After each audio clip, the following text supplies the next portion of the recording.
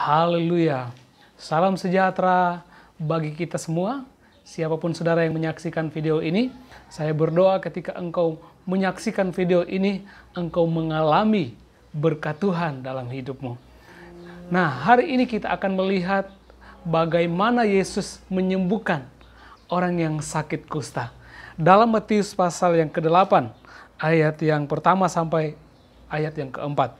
Setelah Yesus turun dari bukit, orang banyak berbondong-bondong mengikuti dia.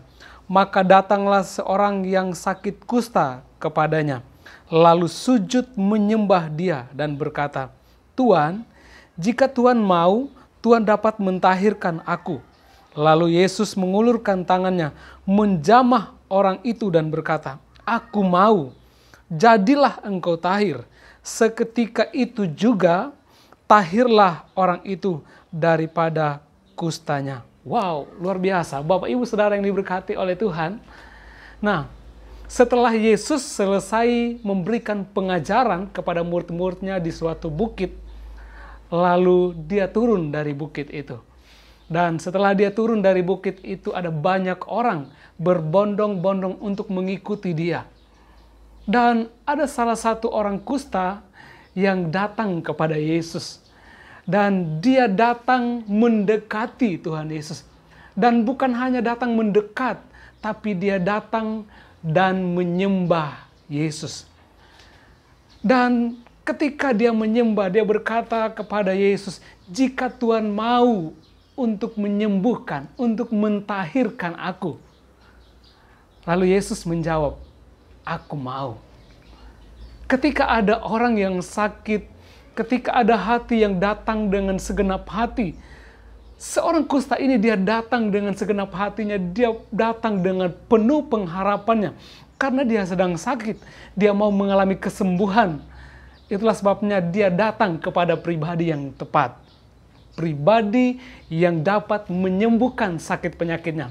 Dia datang tidak hanya sekedar datang, dia datang dengan segenap hatinya. Dan dia sujud menyembah Yesus. Ketika dia menyembah, dia meminta, mengajukan permohonan. Dan Yesus menjawab permohonannya.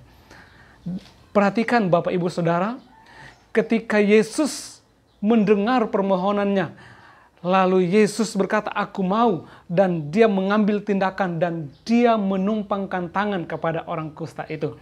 Dan seketika itu juga orang kusta itu tahir, orang kusta itu sembuh dan pulih. Sakit penyakitnya disembuhkan oleh Tuhan Yesus.